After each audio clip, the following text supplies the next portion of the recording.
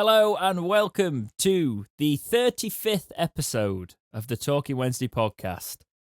I hope this week's been good for you and this podcast finds you well, even I almost forgot what I nearly said at the start of episodes there. I am Dexterity Box, joined as always by Punk Chef 41 and a very special guest this week, our first ever Talking Wednesday podcast guest. This huge spot that won't go away on my forehead, so it practically gets... It gets it's a guest appearance.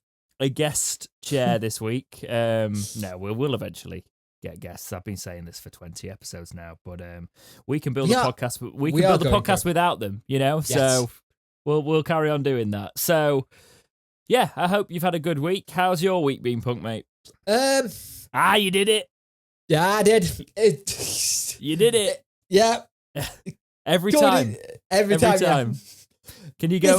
Can you not go when I say how's your week been? And he goes, Carry on. It's been busy. Oh Christ! I've been trying to get things done. It's listening to Darren Moore's interviews all the time. Jesus, but it's been busy. I've got a lot done, just pottering around the house, but also got some couple of ideas. You've seen a couple of them that were out and over the weekend doing my little driving thing, and it seems to have gone down well. It's just been fun doing it actually, because it's something a bit different, and it's nice to do something different. The only problem is what I've found is the game doesn't have a lot of the places where we play in terms of cities, so I may have to just drive somewhere from Europe back to Sheffield, but that could be fun as well. Yeah, I think that's a really good idea, to be honest, mate. Actually, for a series, that's a really good idea. So, well, for me, because I don't drive, it's like discovering places because I don't drive. It's fun. Like, God help me if my fit suddenly went away and I drove. You wouldn't be giving me a license. No, I was going to say, I said that's the point. I was like, do you not drive? And then I was like, of course you don't drive. Because that'd be fun. Yeah. Jake, you need to stop. Oh, he's not conscious. That's a good point. That is a good point. I've just realised that if we ever go to events, I'm probably going to have to take us everywhere. Then again, I assume you get driven around as well. Yeah, so that's and helpful. The peasant mobile. Fair enough. How's your week been? Very busy. For God's sake.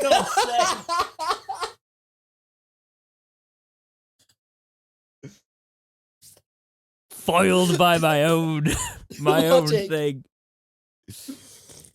It's been a good week.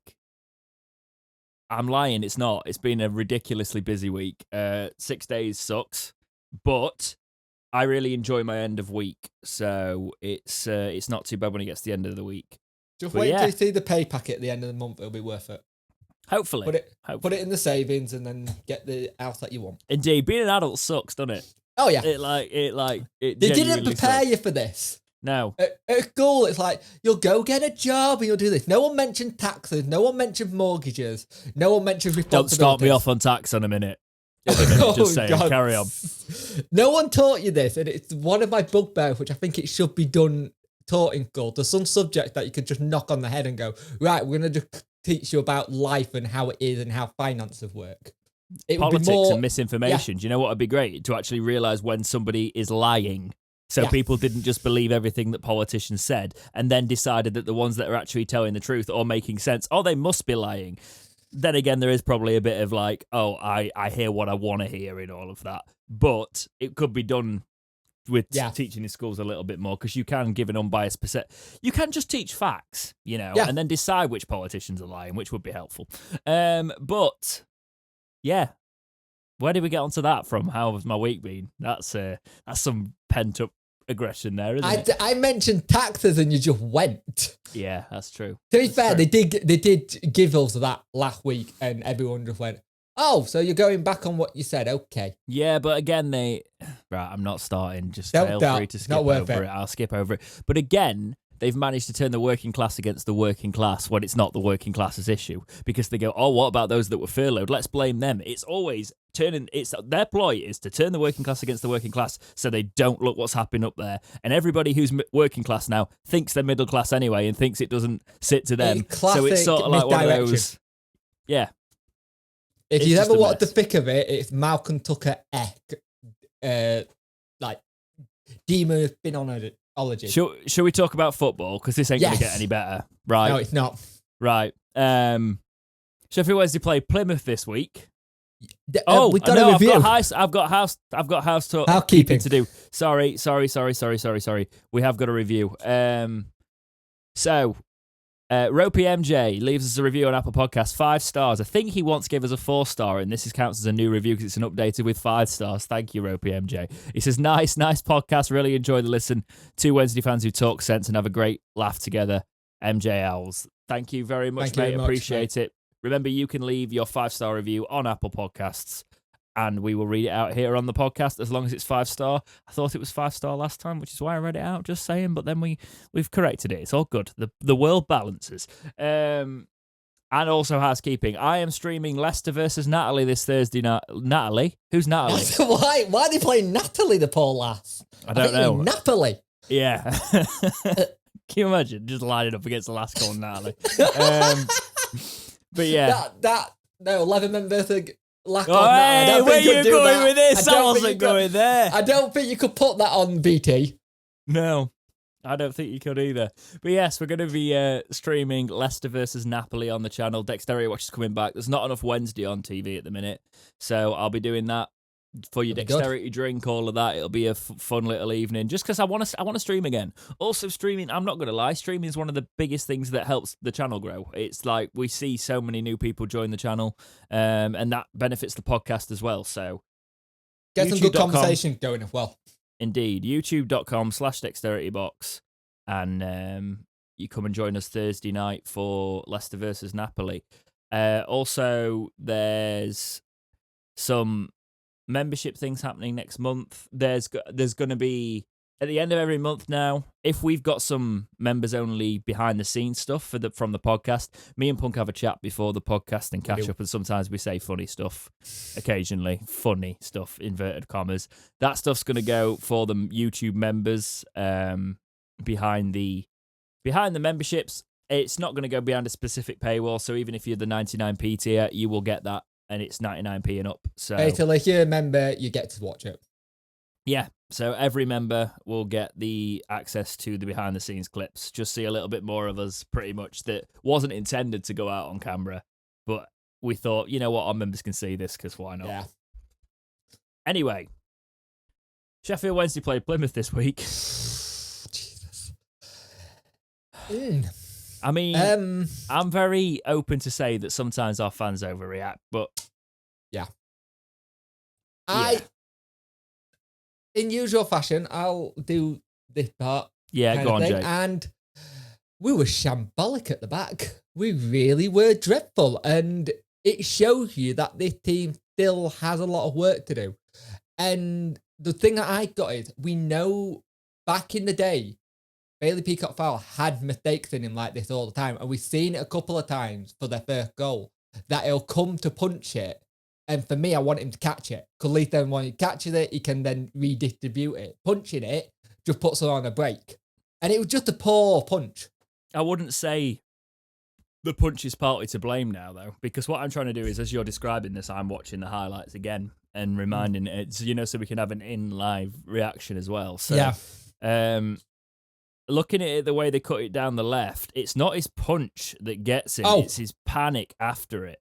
Jack Hunt got put on his arse for that as well, ball. He literally just got bang around and he sat on his backside. Talking about Jack Hunt, maybe his legs losing a little bit. Oh, yeah, he just, straight down. Ball comes in from the left. Peacock-Farrell goes for it's almost like he's trying to, it's middle of a catch and a punch, really. He's in two minds. He's jumping up over the defence, and the defence needs to make a decision there, but the keeper comes in, calls for it, and it just... And the fact that he goes to try and, It's the run, mate. It's the panicked run. That's what gets it, because that is when the striker can see him doing it, he can see what's happening, and he just flicks it over his head, and it's there. If Peacock-Farrell decides that he's punched it, he's messed it up. If he goes, no, I can't run at this player because that could happen. I know what he's trying to do. He's trying to recover from his mistake. Yeah. But running for it he's also trying to make himself big. Is the reason he got it over there. He's also trying to make himself big, but fair play for the Plymouth player to actually have the wherewithal to go, I'm not going to dink this over your head. Yeah. And it set the tone a little bit. You could tell the defence was a little bit rocked by this because he'd been pretty solid. It was like, oh, hang on, have we not got him today? In a sense, while we were going. The problem we had is we had a lot of the ball in that first half. And the passing was okay, but it was sideways in our own half. Not going forward, not going where you need it to. In my review, I even turned around. I think I said that Barry Bannon was going round in circles like he was in Swindon doing the roundabouts because he just couldn't find position. And they knew what to do. They knew you isolate him, he can't play. The second goal was a silly free kick to give away. I just don't know. Yeah, but it's not even just giving the silly free kick away. Watching it come in, why the hell? He gets it on his instep. He scores on his instep. Why are you leaving that much space? Yep. How is he getting round you? How is he beating the defensive line? Clearly he's not going to be offside, and he's literally running like he's from an attacking position. You're giving him so much space. There was no effort for him to do. The ball literally landed on his instep, and it was in. And that was Wednesday most of this game, like at the back. As soon as that one went in, you're like, this ain't going to be good because we need to make changes. I'm trying to work out who got put on their arse there because it looks... I don't know who it is because quality of cameras is not great at League One, let's be honest. But somebody who's defending that, whoever lost this man there, just gets put on his arse and he comes round him. You need to press him better because you're giving him all that space to cut through and the defence just gets split open. Hutchinson's a passenger and it's just not good enough for that second goal. That is something that should be done on the training ground, defending from set pieces. All the videos we've seen this week while we've not had a game is shooting. Shut up, dog. Shooting. And people say, all the happy smiles and stuff. They'll know what they've done wrong as soon as they've got in that dressing room. And Darren Moore will have said, in the second half, we changed it up. We brought on attacking players. We brought Shadipo on for Jack Hunt. And Palmer went to right back, which you like. And Marvin Johnson went to left back. I'm still not sure about Johnson yet. What I've seen so far, he's okay, but I think we might still need to look at free market agency for that position. I'm still not 100% sure. Left back area still seems a ropey area for us. Well, the thing that I was seeing in the fan base is fans were saying, put Brown there, not Palmer. And I'm like, no, put Palmer at right back. And if you want to put Brown on, put Brown at left back. Yeah. Because Hunt's clearly, we've seen he can get left on his arse, right? If we're in certain games now, like that where we're chasing a game, you need to put Palmer there, bring Brown to the back and go attacking, Put Brown there because then we've got overlapping down that left-hand side. Yeah. As well as the right-hand side. Corbanu and Berahino came on, and we did have a bit where we had some attacking play, and I don't know how that went in because it was just a melee in the box. I think one of the shots actually hit the keeper in the head, and then he just carried on. And then for their last goal, we literally just gave up because we're walking. You see one of the players, he's just literally walking back. There's no urgency. It's like right near the end of the game, he knows it's done, sod it. And that kind of performance isn't great. And I said it was a shambles and it wasn't great, but it's also 6 games in. I'd rather get the performances now and get it fixed early doors. The only worrying thing is, again, it's a game where we've gone behind. Yeah. Yeah, it is. And I'm just looking at the way they got it through the midfield. It's from us not being good in enough possession. We'd talk about that third goal a little bit more. It's just us passing it through and just making our own problems, right? It pretty much comes from Wednesday trying to get a counter going, and then we're not good enough at pressing them, and they've got so much space. That, for me, is the sign of needing a solid defensive performance. Yeah. Now, Bailey Peacock-Farrell's just come off the back of an international break, quality international break, right? So he obviously goes straight back in, but people are saying, should Dunkley come back in because he looked good when he last played for us? What's going on? What do you think? What do you think needs to change for Wednesday at the minute? The one thing we definitely need is to have a Derry... Oh, bloody hell, messed his name up. Dennis back in that holding midfield, because when we don't have a holding midfielder, we really struggle. And this game showed it, that if you had that person to break it down and get the counter going and go from there. It helps. I'm hearing people say put Hutch there, and I don't want to see Hutch there. Hutch is better at the back. He's a lot steady. He's a lot more calculated. You put Hutch there, you're probably not going to get that yellow and red card he used to get a lot. And he's more likely going to get injured if he plays further up. Even though Dennis wasn't great, and we missed him a lot in terms of it wasn't great to hear that he had picked up a knock. It sounds like it's a muscle strain, so he should be back for Saturday. Right. But we don't have Mass back at the minute. He's injured. We don't have another player for that position. We got 2 players for 2 positions, and they're 2 players already gone.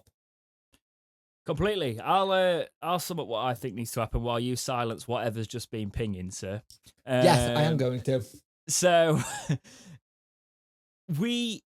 there's a lot of talk at the minute, and there seems to be this Wednesday fan meltdown whenever we lose. And I do think a 3-0 pummeling from a defensive performance is, I think Plymouth played the match well. You know, Wednesday didn't really offer enough, and I think going forward, we need to be cautious that there's like 14 new signings in this side. They need time to gel. We can't just expect it to be immediate. And a lot of our matches, I think 4 of our matches so far, right, have been away. Yeah. You know, we've not played at home. I looked this season and I was like, we're not at home that much. You know, this first couple of months. Is it our net? I think it's 1 at home, and then our next 5 games are now away. I don't understand. I think the latter half of the season, we're pretty much going to be Fortress Hillsborough, and that's the hope. You want that. When you have got that run at the second half of the season, most of our home matches there, but we do seem to be away a lot at the minute. And the annoying thing is a lot of the night matches seem to be the ones that are at Hillsborough. And I'm like, oh, they're really annoying. Why aren't the Saturday ones at Hillsborough? But it's... Moore's end of it. Should we panic? Should we be panicking? I don't think we should be panicking yet. It's early days. It's 6 games in. Moore's obviously seen this and knows that there's an issue. He didn't want to make the subs as early as he did, but he had to. He had to go for it. He had to try and get something in that game.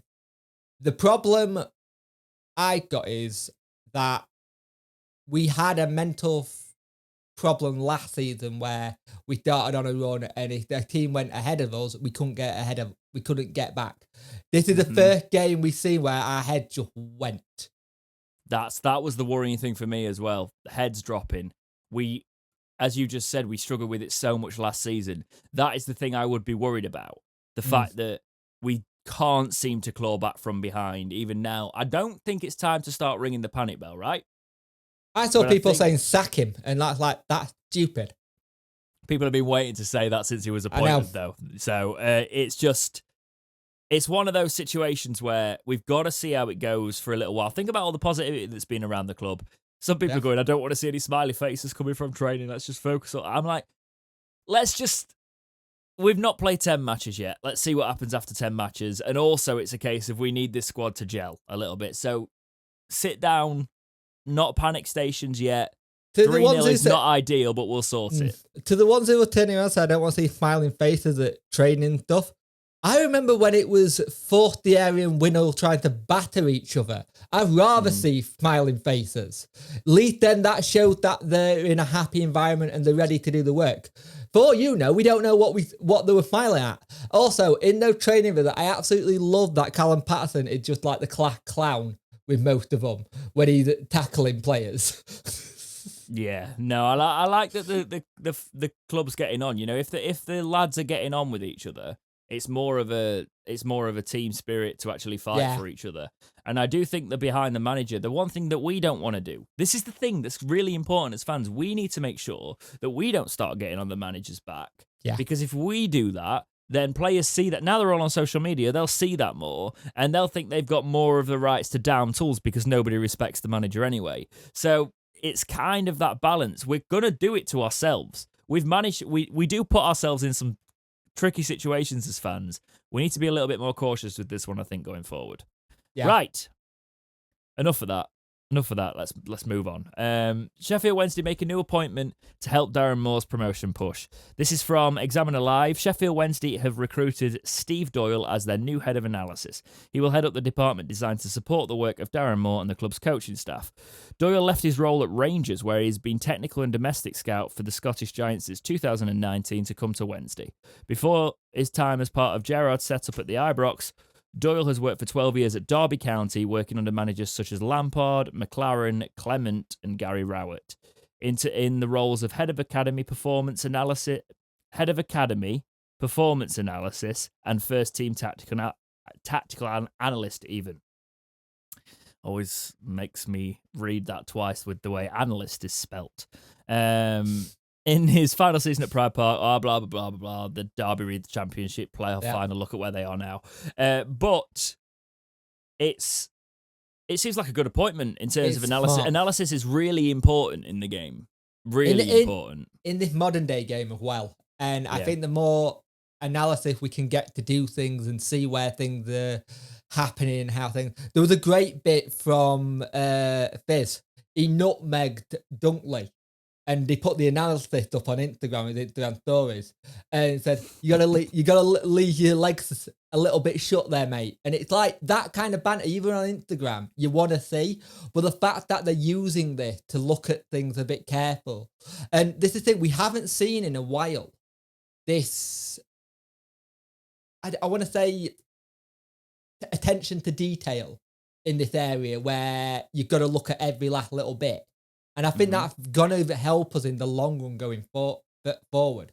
Because if we can look at things in training, then look at things in games, and then put them both together and set up the situation to why, you never know, this week they may just do crosses. To go, why did this not happen? Do set piece defending, you've got to move here. They'll have that to look at and go, this is where. And the fact that he's also got a scouting background, you never know. There might be a couple of players he already knows about that he might be able to go, look, there's this player. Yeah, I think that's a good enough summing up of it, really, mate. It's not something that you can talk too deeply about. Apart from an analytics, a part of all the game. It's what you watch punditry for. It's what you watch on in half time and things like that when they're summing up the game. They are the people that take that to the absolute extreme in the clubs and work out every little bit. And if that can help us on the pitch, that'll be brilliant. Hopefully it's a good appointment for Wednesday. I do know analyst up in Scotland who I might be able to ask to see if he could come on the podcast to talk about analysing games and how they do it. Yeah, cool. In terms of like that, and now you've said that, it'll be on another podcast next week. Well, you can cut it. No, well, it's fine. I'm only teasing. But yeah, so we do know a couple of analysts, actually. It would be worth having a chat about. I want to structure the episode a little bit differently there. So, he also says I can cut stuff, not realising that I've literally got like 20 minutes after this to put all this together. I'm used to the old thing. Then again, you forgot to cut me going out the other day. I did, yeah. I'm glad you didn't say anything too bad. Because I did have a timestamp last week for 44 minutes or whenever it was when his little girl was making noise or something and he went out to say night or something. At least he didn't say anything too bad in that gap because it would have been left in. Anyway, this is from the Examiner again. Well done, Dom. You've got most of the Wednesday stories this week. So it is Dom just doing the Wednesday stuff at the Examiner, isn't it? I'm pretty sure it's just Dom. So Glenn Johnson makes Berahino claim after previously criticising the Sheffield Wednesday striker. Quote, Glenn Johnson has claimed that Berahino is capable of making an impact at Wednesday, despite previously criticising the forward. It has been a whirlwind few years for Berahino, who left Stoke City to join Zult Waregem in 2019 after a disappointing spell in Staffordshire, where he struck just 5 times in 56 appearances. Right, I'm going to get over all the journalist jargon and see what he actually said. Okay, this is the quote. Obviously, I worked with him for a while. And it's from bettingodds.com, actually. We could have read the full article on there. No, Jake, you will do that in future. Obviously, I worked with him for a while, and obviously I haven't seen him for a few years, so I don't know whether he's booked up his ideas or not, but he's capable of scoring goals. It's all about him, really. If he gets his head right and wants to work hard and to perform, then I believe he can. It's up to him. He's got a lifeline. He's got another opportunity. Let us show what he can do. So it's nice to know that Glenn Johnson said exactly what we said last week. So Yeah. Cool. At the end of the day, a lot of people, I saw some people saying, "Oh, he don't look fit." He's not been in the country long. He's only come back recently. Let's give the lad a chance, for God's sake. People expect everybody to just walk in and just be fine on the debut. We'll see what happens. I'm very wary of the fact that a lot of West Brom fans and Stoke fans came in and said, "Be careful, Berahino's very much all talk, so he might talk nice in his interviews." I'm not going to get done over in his interviews. As I said last week, I'm not. I will judge him on what he does on the pitch. What I will say, I would like to see us play with 2 up top soon. Yeah, we were talking about this. Because if 1 up top is not working. In certain games like Plymouth, we do get lost. You know, in certain matches where we seem to be up against it, when it does seem like we've got one more focal point at the front, just one focal point at the front, sorry, it does seem to like we do lose a lot of that momentum. I think this game was 4-2-3-1 at the weekend. Something like that. Sounds right. I may have put... Yeah. It was something like that, and it just didn't work. But I know we were missing our central defensive midfielders. That's probably why it wasn't working. Obviously, Luongo and Adeniran, or Adeniran, not being in the team. Oh, what about Addy Owen? Just leaving that one to stay. But I'm wondering you were going to do that. Adeniran and that, it's going to be quite a big miss. But yeah, we'll see what happens when they come back in. Galvin signs a new deal. So next topic. Defender Ryan Galvin has extended his contract with Sheffield Wednesday until 2023. This is all taken from the club's website. The 20-year-old is currently on loan with National League North side Gloucester City. Side, not Sile. I've noticed that on some podcasts recently when I've been like getting back from work and a bit tired. I've been slurring words into one sentence. Apologies. Where he signed on a 1-month loan deal back in August. We can confirm that Galvin has also extended his loan spell with the Tigers until January. The young fullback has made 6 appearances for Gloucester this season. Galvin joined Wednesday in January 2020 after impressing during a trial spell with our under-23s. Good to see. He's a good player. Yep. He's up and coming, and that's the kind of player you want to see. I have a funny feeling when they change their attitude for how young players go forward now. Because if you get your academy right, you can get it that you get players coming through who want to play for the club, but you can also get it that they make money for a club. And that's the one thing we haven't done in years is in player sales. Yes, people don't like it when you sell a player, but that's how football works. If we had sold your Gideon Shaw for proper money with proper contracts, we could have probably got a good amount of money for him than what we got for the training. Yeah, you've got to do this with Galvin. If you're showing promise on loan, you've got to extend the contract and make sure he becomes a club asset, and we don't just let him all go for nothing. That's good business. Another one is Waldock joins Gainsborough on loan. Young Owls midfielder Liam Waldock has joined Gainsborough Trinity on a 1-month loan. So we obviously wish him all the best. Hopefully he can come back and get some experience under his belt. Also on the academy lot, hope Connor Kirby gets better soon because he had a horrific leg break. Yeah, so Connor Kirby, obviously, if you're not following the academy too much, our youth, and we've been asked to speak about the youth a little bit more. Yeah. Connor Kirby's not part of our youth anymore, but he used to be. He came through our academy. He went to Harrogate Town, who is now gone loan. He's gone on loan from Harrogate somewhere, and I forgot exactly, but he has had a leg break. What was it? It's a double fracture, I think. Yeah, it's quite a big injury, so all the best with him. Hopefully he can kick on and recover and come back stronger. That old chestnut, the come back stronger. But yeah, we do mean it. So come back, and hopefully he can. Wednesday lad, hopefully he can kick up his career after this injury. Nice to see the club actually putting something out and saying it. Yeah, that's something that we haven't been good at in the past as well. Just looking at players. I still think we should have loaned him rather than sold him. Yeah, same. I released him even. Sorry, but yeah. I know what you mean. Hagan Seals loan move to Hampton and Richmond. Charles Hagan has signed on loan for National Conference side.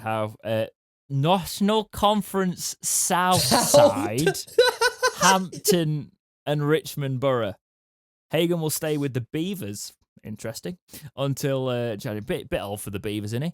Until January, and could make his debut against Ebbsfleet at the Beverley Stadium on Saturday.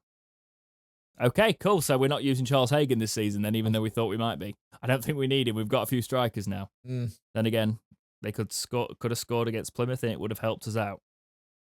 So, a little bit of a League One roundup for you. We're just going to go through the scores this week. Because there's been a few interesting ones in League One this week. As in, Lincoln beat Cambridge 5-1. Then Cheltenham beat Charlton 2-1. It's becoming like a championship. Anyone can beat anybody in this league. Bolton beating Ipswich 5-2. What's going on with Ipswich? It just I thought they were going to win the league. It's like they've got all these players in and it just not worked yet. Yeah. That's it. That is the one thing I was worried about. I said if they gel, they are winning the league because they've done the best business.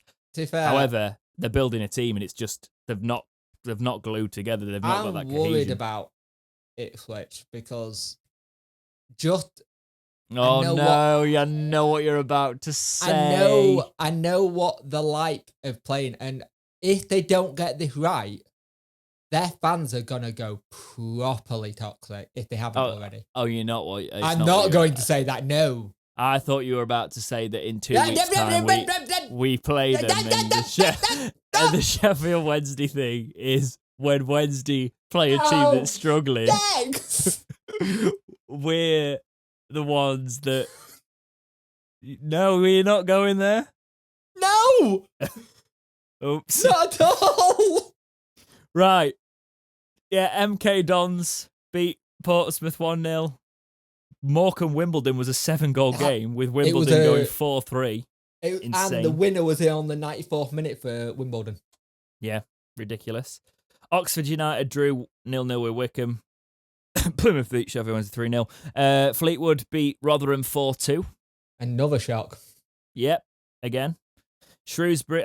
Remember when we beat Fleetwood and Rotherham were saying that you've not beat anybody that's going up yet? Yep. Interesting. So Shrewsbury, as it's You're probably really pronounced, digging holes with our rivals, aren't you? It's only banter. It's not. They're not even rivals. Come on. I know. Is that even worse to them though? That I've just said that they're not even rivals. Probably. No, I think they don't see us as rivals. Oh no, it's just they're not. Though are they? We've got our rivals, United, and I guess Leeds get drawn into that. So. Shrewsbury and Crewe 1-1. Sunderland beat Accrington Stanley 2-1, and Wigan beat Doncaster 2-1. So another club who's in trouble. Yeah, they don't look good. So I'm not trying to dig out any of our fans. I'm not trying to start something. I'm not trying to get political here, right? For one, but fans. And I say this in quotation marks because it's a loud section of the social media corner of the internet saying that in 2 weeks' time we should boycott Ipswich. And the reason they're saying, and it's making the rounds, I think it's popping its way onto the forums, it's definitely all over Twitter. We should boycott Ipswich because they're trying to make their ground a little bit more COVID secure. Now, whatever you think about COVID, I'm done telling you basic facts, right?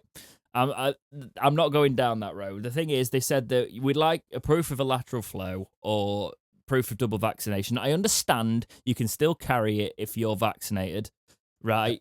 However, for me, this is a venue having a duty of care, and they're going, well, if everybody in the venue has got a negative lateral flow or double vaccinated, then even if people are deciding that they want to take their own risk if they're not vaccinated and going in, we're not then responsible for those people getting COVID off somebody that is double vaxxed and maybe is carrying it.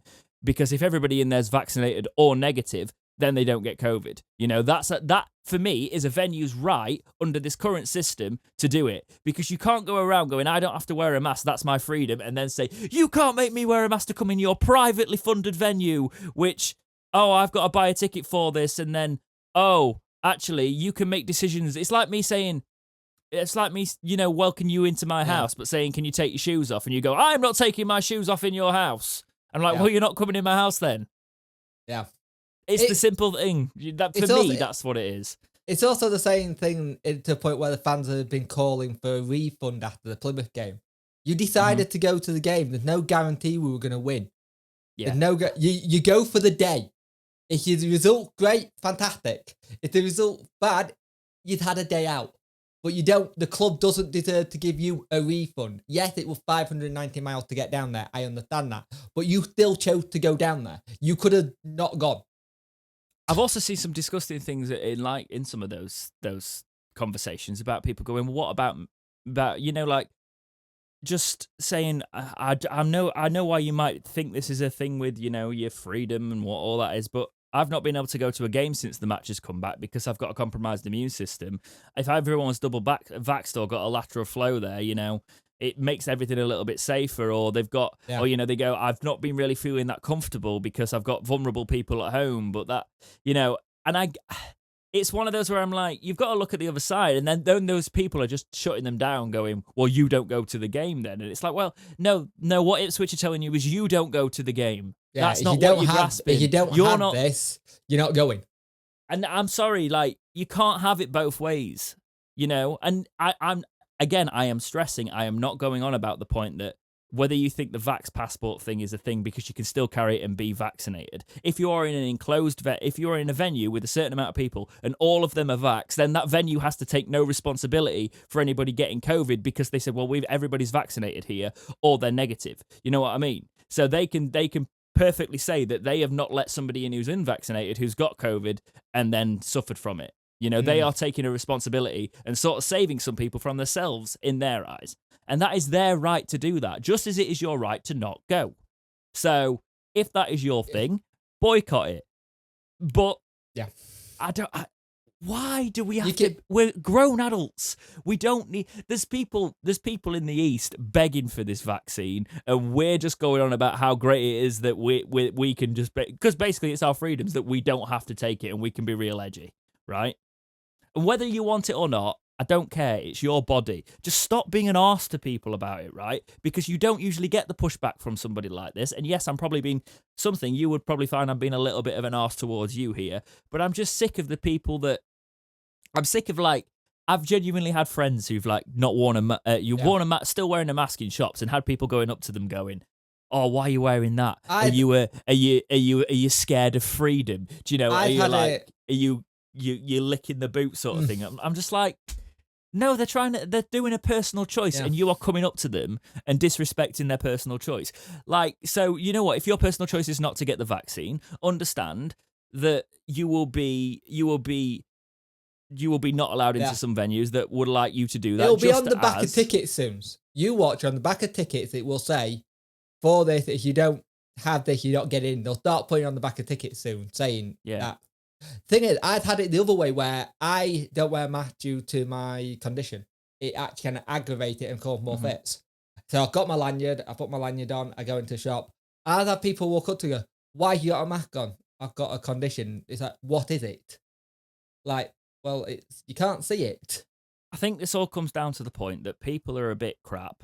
We've found some gems in our community, I'm not going to lie. Some people that respect each other's opinions, and people also understand. I know that the only grief I'll get off this is from the people that don't watch our stuff, right? It's like, I'm like, well, you'll know that if you're in this community, that even if you've got different views on all of that to me, it doesn't mean I don't respect you, right? It doesn't mean we can't have conversations about it. I just mean logically looking at it, you can't have a problem when clubs are making a decision on these things, Yeah. Because we are still in a pandemic, even though it doesn't look like it outside. We are still in that. And if the government won't take responsibility and things on stuff, because the problem is, we were saying the government weren't acting fast enough. This is actually a club's trying to be a little bit responsible on themselves. A club's taking it upon themselves. And if we go into another lockdown in October, we'll say, well, they were ahead of the game. Can you also think of the business side? They don't want to get another lockdown. They want to have as much revenue coming in, so if they can have it that they keep the gates open, because there were so many clubs who lost so much money, us including, when there were no fans in. Exactly. This is them thinking business-wise and looking after other people. At the end of the day, I guess what I'm saying is you're all entitled to your own views. Yeah. I won't be patronising. I won't be patronising. I won't be like, I won't get into the science conversation because that will sound like I'm coming off like that. And I don't mean it to be like that. What I'm saying is, at the end of the day, respect a club's decision and their right to do it. It's their club. If we're talking about personal freedoms, we're also talking about personal freedoms of the people that own and run clubs and decide what's best for them and their staff and the people in their venues. End of story. Yeah. Right. Upcoming matches. We've only got one match before we talk to you next time. It is against... Yes, exactly. Hopefully soon that'll change. But we have got Shrewsbury. We've got Shrewsbury Town. And they are 21st in League One. Not having a great season. Need a match to turn their season around, really, Shrewsbury. They could do with, facing a team that could really help turn their fortunes around. So this could be the match for them. They've got 4 points. Ouch. Really? 1 win. Go there? 1 draw. 5 losses. They got a draw at the weekend. Yeah, drew against Crewe Alexandra. You struggled with that one. I did. I can't get my words out today. Sam Cosgrove's potentially their biggest threat with 2 goals this season so far. Was he the one we were linked with? Mm-hmm. Is he the one on loan from Birmingham? Yeah. How are you feeling about this one? What are you thinking? It all depends which Wednesday turn up. Mm-hmm. If the Wednesday get Plymouth turn up, oh dear. If the Wednesday that we've seen in the last couple of games, we should be all right. And it's a different thing. If they're at our place, we probably play better. Yeah, I don't disagree. The thing is, these kind of games, we're going to have it now, and I can see it, where we're very bad at being consistent as a club. We have been for so many years. We've done this whole lose, win 2, then lose a load. We need to get into that winning mentality where we can keep a run going, or at least draw and then build on that. The thing is, if we play how we did before the Morecambe game, we'll be fine. Personally. Yeah, it's not been great since that Morecambe game, though, has it? No. So, let's see what happens. We'll be talking about it next week, for sure. Hopefully a much more positive light. Let's go to the community. So we didn't put a community tab up this week. I've been really, really busy. If there's not a community tab, get in our Discord. We've been having some great chats in there. I've not pulled too much. I've not pulled anything from the Discord this week because there was so much in there that there wasn't really topics to pull out. Well, there was, but so much to go through. So thank you for that. But get in there, and if we're really struggling for a community section, we'll do that. But today we're not, because I did pull a couple from previous ones. So this was one from Maple Leaf, who said, Dex and Jake, is there anyone from last season not currently at the club that you wish were in this team? Somehow everyone that stayed I wanted to stay, and everyone that went I'm fine to see them and wouldn't want them back. Feels strange to prefer a League One roster to a Championship roster. I like to have kept Matt Penny. I'd have liked to have kept Uragidi if all the Celtic thing happened. That'd have been my choice. But a lot of that squad, there's no one I really wanted to stay. Possibly Westwood. But even then, we weren't seeing much. It was coming to an end. Yeah, and it's interesting looking at the players that we've let go. Look at how many still haven't got clubs. There's not many that have got clubs. Let's have a look. How many has actually got clubs? Well, Reach is at West Brom. Penn is.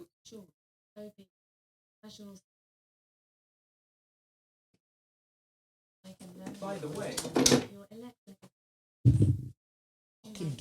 what is she going on about? No idea. I just heard her say obese. If you didn't pick that up on the noise gate, like Jake's Alexa just started going off. It bloody muted. You've got some gremlins in that room today, mate. So yeah. Penny's gone to QPR, so has Adebayo. No, he hasn't. Penny's gone to Ipswich. Of course he has. Adebayo's gone to QPR. Yes. Sorry. You said that with such aggression. Sorry, that was so angry. Reach has gone to West Brom. Lees and Rhodes, Huddersfield. This is me just off the top of my head now. Let me have a look. Hang on. That was all off the top of my head. I'm trying to think. Who else we had? All transfers. What's his name? Kachunga's at Bolton. Yep. Petty's somewhere in Turkey.